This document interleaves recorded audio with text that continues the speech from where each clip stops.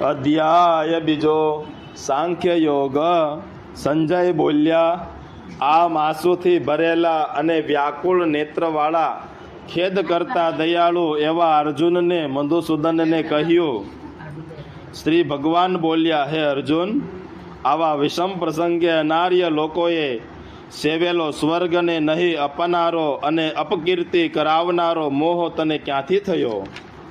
હે પાર્થ, તું ના મર્દ થામા, તને આ શોભતું નથી. પામર એવી હૃદયની દુર્બળતા છોડીને તે પરંતપ તું ઊભો થા. અર્જુન બોલ્યા, હે મધુસૂદન, આ રણભૂમિમાં પૂજવા યોગ્ય ભીષ્મ તથા દ્રોહની સામે હું શી રીતે લડી શકું? એ હરિસૂદન, તેઓ તો પૂજવા યોગ્ય છે. મહાનુભાવ દ્રોણ, ભીષ્મ વગેરે ગુરુઓની હિંસા ન કરતા આ લોકમાં ભિક્ષામાં માગીને નિર્વાહ કરવો એ સારું છે. ગુરુજનનો નાશ કરીને લોહીથી ખરડાયેલા અર્થ કાલાત્મક વૈભવો કરીને જ મારે ભોગવવા રહ્યા. વળી જય અથવા તો પરાજય, એ બેમાંથી શું સારું તે અમે જાણતા નથી. શું અમે તેને જીતીશું કે શું તેઓ અમે જીતશે? ધૃતરાષ્ટ્રના પુત્રો રણમાં અમારી સામે જ આવીને ઊભા છે. દીનતાને કારણે મારો મૂળ સ્વભાવ નષ્ટ થતાં મારા ધર્મ કર્તવ્ય સંબંધને હું મૂંઝાવું છું. એટલે હું તમને પૂછું છું કે નિશ્ચયપૂર્વક જે શ્રેયપૂર્વક જે શ્રેયકર થાય છે તે મને કહો. હું તમારો શિષ્ય છું, તમારે શરણે આવેલો હું છું, મને દોરો. આ લોકમાં પૂર્ણ સમૃદ્ધિથી ભરેલું રાજ્ય મળે અથવા સ્વર્ગનું અધિપત્ય મળે તો પણ ઇન્દ્રિયોને સૂચનારા શોક દૂર થાય એવા ઉપાય હું જોતો નથી.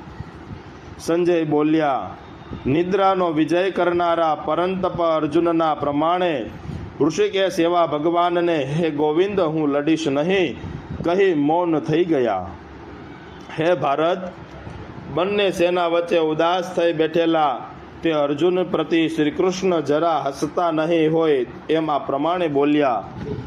શ્રી ભગવાન બોલ્યા, તું શોક ન કરવા યોગ્ય વસ્તુનો શોક કરે છે અને પંડિતની જે એવી વાત કરે છે. આ પંડિતો મુવા જીવાની શોક કરતા નથી, કેમ કે ખરું જોતા હું તું અને આ રાજાઓ પણ પૂર્વે ન હતા એમ નથી, તેમ ભવિષ્યમાં થવાના નથી એમ પણ નથી. આ દેહમાં જેમ બાલ્ય, યૌવન અને ઘડપણ આવે છે તે પ્રમાણે જ તેને અન્ય દેહ પણ પ્રાપ્ત થાય છે. તે બાબતમાં બુદ્ધિમાન પુરુષોને મોહ થતો નથી. હે કૌંતેય, ઠંડી, ગરમી, સુખ દુઃખના આપનારા જે આ સૃષ્ટિના બાહ્ય પદાર્થો છે તેમનો ઇન્દ્રિય સાથેનો સંયોગ ઉદ્ભવે છે અને નાશ પામે છે, માટે તે આ નિત્ય છે. હે ભારત, તું તે સહન કરી છૂટ. કારણ કે પુરુષ શ્રેષ્ઠ સુખ અને દુઃખમાં સમ એવા જે જ્ઞાની પુરુષોને તેની વ્યથા લાગતી નથી તે જ મોક્ષને યોગ્ય બને છે. સત્ય વસ્તુઓ નાશ નથી. શરીર જે અસત્ય છે તેનો જ નાશ છે, તે નાશવંત છે. સત્ય સ્વભાવવાળા આત્માનો કોઈ દિવસ નાશ થતો નથી. આ પ્રમાણે આત્માનું યોગ્ય સ્વરૂપ જાણનારા તત્વદર્શી પુરુષોને સત્યને અસત્યનો નિર્ણય કર્યો છે. જેણે આખું જગત વિસ્તાર્યું છે તે અવિનાશી છે. આ અવ્યય, ક્ષય, બુદ્ધિ વગેરે 6 વિકારોથી રહિત એવા આત્માનો કોઈ પણ નાશ કરી શકાતો નથી. નિત્ય, અવિનાશી અને અચિંત્ય એવા જે શરીરનો માલિક આત્મા અને પ્રાપ્ત થનાર આ દેહનો કિંવા શરીરો નાશવાન છે એમ કહેલું છે. માટે હે ભારત, તો યુદ્ધ કર. જે આત્માને હણનારા સમજે છે તથા જે અને હણાયેલો માને છે તે બંને અજ્ઞાની છે. કારણ કે આત્મા કોઈને મારતો એ નથી, એમ કોઈને હણાયો પણ નથી. આત્મા કદી જન્મતો નથી અને કદી મરતો પણ નથી. આ હતો અને હવે થવાનો નથી, એવો પણ નથી કે તેથી તે નિત્ય, શાશ્વત અને પુરાતન છે અને તે શરીર હણાય તો પણ હણાતો નથી. હે પાર્થ, જે પુરુષ આત્માને અવિનાશી, નિત્ય, અજન્મા તથા ક્ષય રહિત જાણે છે તે કોને મારે છે તથા પોતે બીજા પાસે કોનો નાશ કરાવે છે? જે મનુષ્ય જૂના વસ્ત્ર ઉતારી બીજા નવા વસ્ત્રો ધારણ કરે છે, તેમ આત્મા જીર્ણ થયેલા શરીરને ઉતારી બીજા નવા શરીરોમાં વાસ કરે છે. આ આત્માને શસ્ત્રો છેડી શકતા નથી, અગ્નિ બાળી શકતો નથી, તેમજ પાણી પલાળી શકતું નથી અને વાયુ સુકાવી શકતું નથી. આ આત્મા છેદી શકાતો નથી, બાળી શકાતો નથી, ભીંજવી શકાતો નથી, સર્વવ્યાપી, સ્થિર, અચલ છે અને સનાતન છે. વળી અને ઇન્દ્રિયોને પ્રત્યક્ષ થનારો અચિંત્ય અને અવિકારી કહે છે. માટે આત્માને આવો જાણીને તારે શોક કરવો નહીં. અથવા જો તું તેને નિત્ય જન્મવા વાળો અને નિત્ય મરવા વાળો માને તો પણ હે મહાબાહુ, તેનો શોક કરવાનો ઉચિત નથી. કારણ કે જન્મેલાનું મૃત્યુ અને મરેલાનો જન્મ એ નિશ્ચિત છે. એટલે અનિવાર્ય વસ્તુને માટે શોક કરવો તેને ઘટતો નથી. અવ્યક્ત જેનું પૂર્વ રૂપ છે એવા શરીર જન્મ તથા મરણના મધ્યકાળમાં સ્પષ્ટ રૂપે પ્રત્યક્ષ દેખાય છે અને પરિણામે તેઓને લય પણ માયામાં જ થાય છે. માટે તેના ચિંતા શી કરવી? કોઈ આને આશ્ચર્યવત જુએ છે, અન્ય કોઈ આશ્ચર્યવત વર્ણવે છે, અને કોઈ આત્માને આશ્ચર્યવત સાંભળે છે, તથા કોઈ આત્માને સાંભળવા છતાં પણ જાણતો નથી. સર્વના શરીરમાં રહેનારા આત્મા કદી પણ વધ પામતો નથી. તેઓ છે માટે અર્જુન, તારે સર્વ પ્રાણીઓ શોક કરવો યોગ્ય નથી. સ્વધર્મનો વિચાર કરીને પણ તારે પાછું પડવું યોગ્ય નથી. કારણ ધર્મ યુદ્ધ સિવાય ક્ષત્રિયને મારે શ્રેયસ્કર બીજું કંઈ જ નથી. હે પાર્થ, આમ આપમેળે પ્રાપ્ત થયેલું સ્વર્ગના દ્વાર જેવું આ યુદ્ધ તો જે ક્ષત્રિય ભાગ્યવાન હોય છે તે જ પ્રાપ્ત થાય છે. છતાં જો તું આ ધર્મ પ્રાપ્ત સંગ્રામ કરીશ નહીં તો તેથી તું ક્ષત્રિયના ધર્મનો તથા કીર્તિનો ત્યાગ કરીને પાપનો ભાગીદાર થઈશ. બધા મનુષ્યો તારી અપકીર્તિ ગાશે અને માન પામેલા પુરુષોને મરણ કરતાં પણ અપકીર્તિ અધિક દુઃખદાયી થઈ પડે છે. જે મહારથીઓમાં તું માન પામ્યો તેઓ જ તને ભયને લીધે રણમાંથી નાસી ગયેલો માનશે અને તેઓમાં તું હલકો પણ પડી જઈશ. તારા શત્રુઓ તારા બળની નિંદા કરતા તારું ઘણું ભૂંડું બોલશે. તેના કરતાં બીજું વધારે દુઃખકર શું હોઈ શકે? જો તું યુદ્ધમાં હણાઈશ તો સ્વર્ગમાં જઈશ ને વિજય કરીશ તો પૃથ્વીનું રાજ્ય ભોગવીશ. માટે હે અર્જુન, તું લડવાનો નિશ્ચય કરીને ઊભો થા. સુખ અને દુઃખ અને લાભ અને હાનિ, જય અને પરાજય સરખા માની યુદ્ધમાં લાગી જા. એમ કરવાથી તને પાપ લાગશે નહીં. આ તને સાંખ્ય એટલે જ્ઞાન નિષ્ઠા પ્રમાણે તારા કર્તવ્યની સમજ પાડી. હવે હે પાર્થ, તું બંધનથી છૂટીશ એવું આ યોગ્યનું જ્ઞાન કહું છું તો તું સાંભળ. આ નિષ્ઠાથી આરંભાયેલો કર્મ વ્યર્થ થતા નથી, પણ આવતા જન્મમાં તે ઉપયોગી થાય છે. અને ધર્મનું થોડું પણ આચરણ મોટા ભયમાંથી મનુષ્યનું રક્ષણ કરે છે. હે કુરુનંદન, યોગવાદીની નિશ્ચયાત્મક બુદ્ધિ એકરૂપ હોય છે, જ્યારે અનિશ્ચયવાળાની બુદ્ધિ એટલે કે વાસનાઓ બહુ શાખાવાળી અને અત્યંત અનંત હોય છે. હે પાર્થ, વેદમાં અજ્ઞાની વેદ્યા સિવાય બીજું કાંઈ નથી એવું માનનારા કહે છે કે કામનાથી ભરેલ અને સ્વર્ગને જ શ્રેષ્ઠ માનનારાઓ જન્મ, કર્મ તથા ફળને આપનારી ભોગ અને આશ્ચર્યવાળી ગતિની પ્રાપ્તિ માટે નાના પ્રકારની ક્રિયાઓ કરવા વાળી છટાદાર વાણી બોલે છે. ભોગ અને ઐશ્વર્યમાં આસક્ત મનવાળાની કાર્યનો નિશ્ચય કરનારી બુદ્ધિ સમાવિષ્ટ એટલે એક ઠેકાણે સ્થિર થઈ શકતી નથી. હે અર્જુન, વેદો આ રીતે 3 ગુણોથી ભરેલા છે. માટે તો ગુણાતીત નિત્ય સત્વગુણવાદી સુખ દુઃખાદી બંનેની ઈચ્છા વિનાનો યજ્ઞક્ષેમાદી સ્વાર્થમાં ડૂબી ન જતા આત્માનું સ્વરૂપ સમજનારા થા. હે અર્થ, કૂવાથી સરે છે કે બધી રીતે સરોવરમાંથી જેમ સરે છે, તેમજ સર્વ વેદોમાં જે કર્મના ફળ કહ્યા છે તે સર્વ કર્મફળો નિષ્ઠ પુરુષને પણ અવશ્ય મળે છે.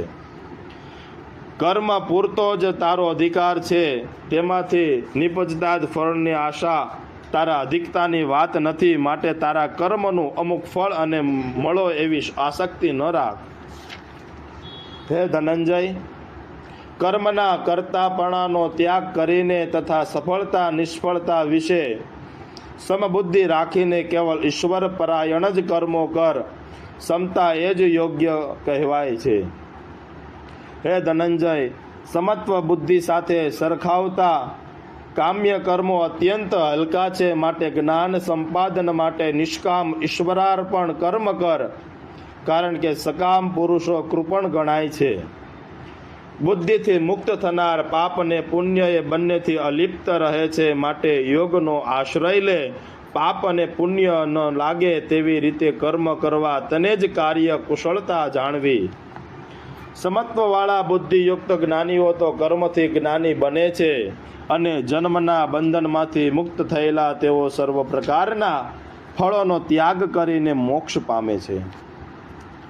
તારી બુદ્ધિ જ્યારે મોહરૂપી કીચડને તરી જશે, ત્યારે સાંભળવા યોગ્ય તથા સાંભળાયેલા વિષયો ઉપર તેને વૈરાગ્ય ઉપજે. વિવિધ પ્રકારની બીજી વાતો સાંભળી સંશયી બનેલી તારી બુદ્ધિ વિક્ષેપણને પામી છે, તે જ્યારે બીજા વિષયોમાં ન જતા કેવળ પરમેશ્વરના નિશ્ચય થશે, ત્યારે તું યોગના ફળરૂપ તત્વજ્ઞાનને પામીશ. અર્જુન બોલ્યા, હે કેશવ, સ્થિતપ્રજ્ઞ અથવા સમાધિસ્થના લક્ષણ શું? સ્થિર બુદ્ધિવાળા મનુષ્ય કેવી રીતે બોલે, કેવી રીતે બેસે ને કેવી રીતે ચાલે તે મને કહો. શ્રી ભગવાન બોલ્યા, મનની સર્વ કામનાને જ્યારે મનુષ્ય છોડે છે અને પોતે પોતામાં જ જ્યારે સંતુષ્ટ રહે છે, ત્યારે હે પાર્થ, તે સ્થિતપ્રજ્ઞ કહેવાય છે.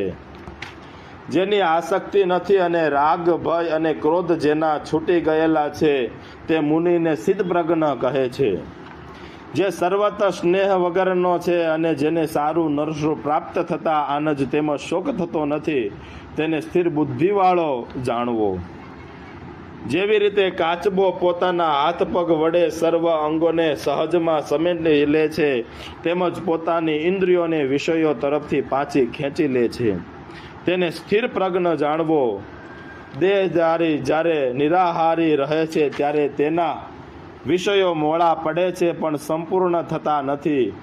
તે તો પરબ્રહ્મનો અનુભવ થયા પછી જ છૂટી જાય છે.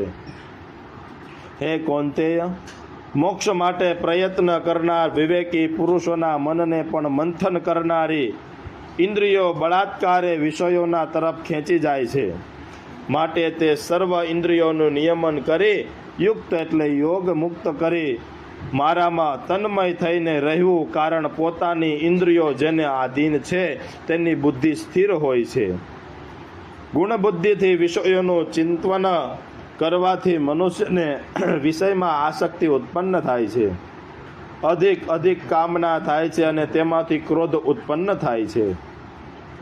ક્રોધથી સંમોહ થાય છે, તેથી કાર્ય કર્યાનો વિચાર નાશ પામે છે. સ્મૃતિઓનો નાશ થવાથી બુદ્ધિનો નાશ થાય છે અને બુદ્ધિનો નાશ થવાથી જાતે નાશ પામે છે. જે પુરુષ પોતાના મનને વશ કરી રાગદ્વેષ વિનાની તથા પોતાના મનને આધીન થયેલી એવી ઇન્દ્રિયો વડે વિષયોને ભોગવે છે, ત્યારે તે શાંતિ મેળવે છે.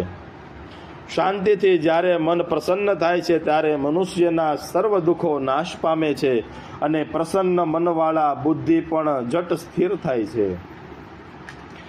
જેને સમત્વ નથી તેને વિવેક નથી, ભક્તિ નથી જેને ભક્તિ નથી તે શાંતિ નથી, શાંતિ નથી ત્યાં સુખ તો ક્યાંથી જ હોય. વિષયોમાં ભટકતી ઇન્દ્રિયોની પાછળ તેનું મન ભમ્યા કરે છે. વાયુ જેમ જલમાં નાવને ખેંચી જાય તેમ બુદ્ધિને હણી જાય છે. તેથી હે મહાબાહુ, ઇન્દ્રિયોના વિષયોમાં જેની ઇન્દ્રિયો ચારે બાજુથી વશમાં આવી ગયેલી છે, તેની બુદ્ધિ સ્થિર થઈ જાય છે. જેમની બુદ્ધિ અજ્ઞાનની અંધકારથી છવાયેલી છે, એવા સર્વ પ્રાણીઓની આત્મનિષ્ઠા રાત્રિના જેવી છે.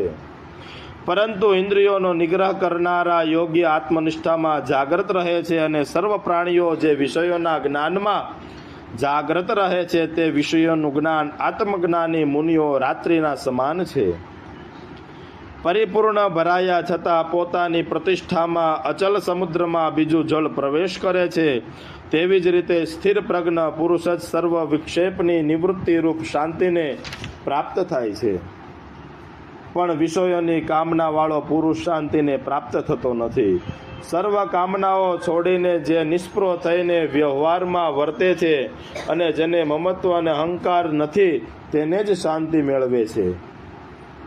હે પાર્થ, આ બ્રાહ્મી સ્થિત છે. પરમેશ્વરની આરાધનથી શુદ્ધ અંતઃકરણવાળો પુરુષ આ બ્રહ્મનિષ્ઠાને પ્રાપ્ત કર્યા પછી સંસારનો મોહ પામતો નથી. મનુષ્ય મરણ વેળાએ પણ જો એક ક્ષણ આ બ્રહ્મનિષ્ઠામાં પણ જોડે તો તે બ્રહ્મપદને પામે છે, એટલે મોક્ષ પ્રાપ્ત કરે છે. ઇતિ શ્રીમદ ભગવદ્ ગીતાયા સુપતિનત્સુ બ્રહ્મ વિદ્યાયામ યોગશાસ્ત્રે શ્રી કૃષ્ણાર્જુન સંવાદે સાંખ્ય યોગો નામ દ્વિતીયોધ્યાય. શ્રી કૃષ્ણ કનૈયા લાલ કી જય.